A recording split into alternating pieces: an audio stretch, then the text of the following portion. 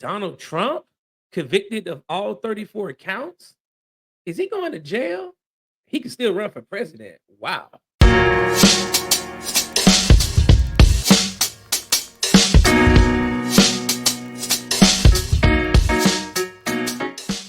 Welcome, welcome, welcome. Welcome to the It's Culture Podcast. My name is Mark, a special edition, a Friday night edition. I just wanted to come on and touch base about what just happened with the Trump hush money case. But first, hit that like button, hit that share button, hit that subscribe button, hit that notification bell for all updates. To all my new subscribers, thank you all so much for subscribing, helping me grow this channel. So if y'all can continue to help me grow it, let's help me get to 1,000 subs. Let me help me get to 1,000 subs. So hit that subscribe button and then forget about it. Anywho, let's get into this. So yesterday, Donald Trump was convicted of all 34 counts in the hush money case involving Stormy Daniels. If y'all don't know, this is in regards to him soliciting her for prostitution and then paying her off. So now he has been convicted of this and he's still eligible to run for president. He's still eligible to run for president because why? There's nothing in the Constitution that says a convicted felon cannot be the president. So we're going to watch this clip real quick. And then on the other side, we're going to talk about it. Fair use, fair use, fair use. Legal history. People are going to be talking about this 100 years from now. Well, we're going to turn things over to Teresa Perello, who's been talking to people there on the streets in Lower Manhattan. Teresa, the reaction that you've gotten from people so far?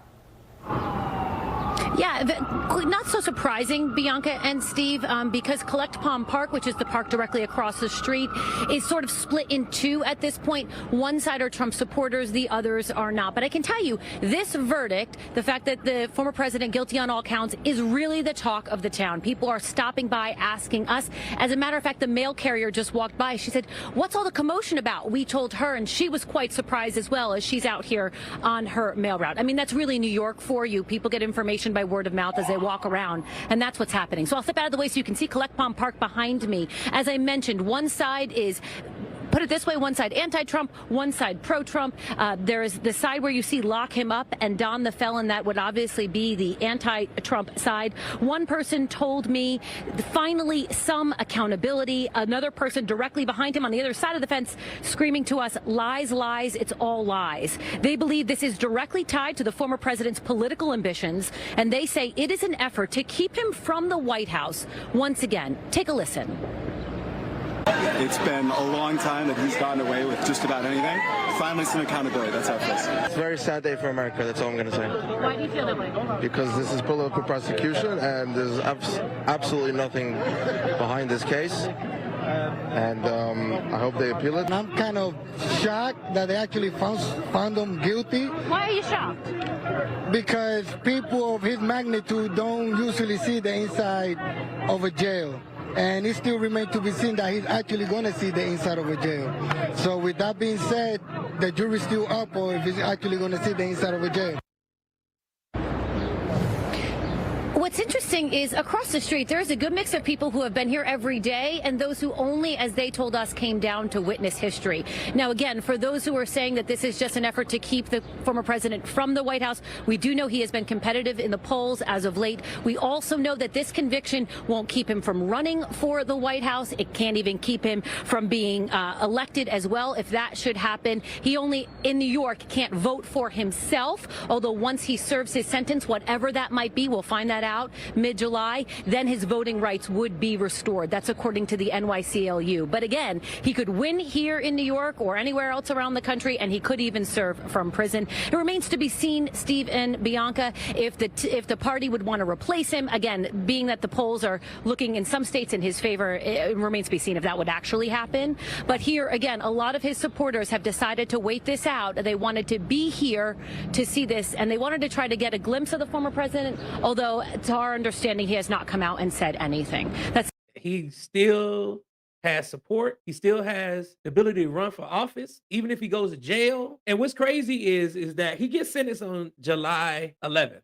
That's when he finds out what happens in this case. The Republican National Convention is like 2 or 3 days after that. So this man literally could get sentenced on one day and be standing in front of the United States being nominated as the party nominee for the Republican Party. So what was this all about then? This was just about him being a convicted felon? Was it about stopping him from being able to run for office? Because that's not the case. Was it to try to stop the support that he's getting? That's not the case, because yesterday, just after the case was over with, soon as they dropped the verdict, within probably an hour, $35 million he raised. $35 million in fundraising went to Donald Trump's campaign right after he got convicted and was found guilty. Only in America, right? Nobody else gets this type of treatment. But we've been fighting for criminal justice reform, and now those reforms are being used by other people. You heard he can get his voting rights restored. Well, that's something that we fought for. But he's registered to vote in Florida. So what's going on in New York doesn't even matter, because he doesn't have to vote in New York, because he's registered to vote in Florida. He's still going to be on the ballot. He's still able to run for president. He's still able to become the president. And let's play devil's advocate. Let's just be hypothetically speaking right now. If this man turns around and becomes the president of the United States, do you not think on day one of his presidency, he's going to pardon himself and basically wipe away his entire criminal record? I mean, it's possible. It can happen.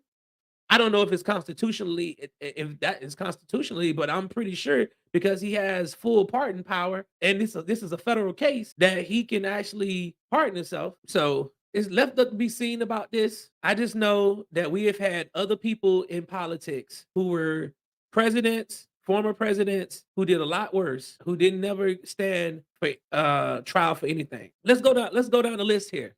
Let's see.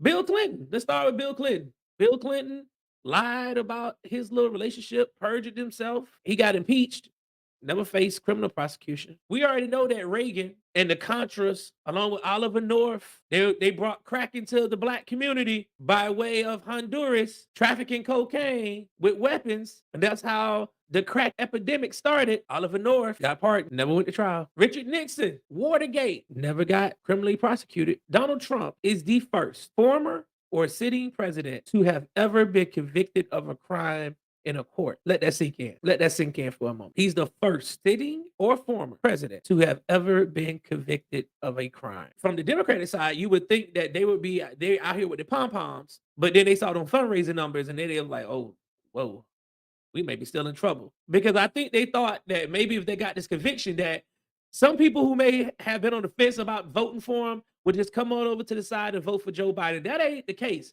And that was proven yesterday with these fundraising numbers. This may even spark more people to go vote for him, just out of spite. Prosecuting your political opponent sets a dangerous precedent. It sets a dangerous precedent to the Democrats who are in office. You better hope that you ain't got no skeletons. You ain't got some nefarious thing out there, because I promise you, if we know anything about this Republican Party, they are going to find something to come after y'all with. We have seen this before. They love to use the precedent that Democrats set to turn around and weaponize it. If him getting convicted of a felony doesn't stop him from running for president, and it's not stopping the support that he's getting to run for president, then was it worth it politically? Criminally, yes. If you break the law, you need to pay the piper. But I'm talking about from a political standpoint.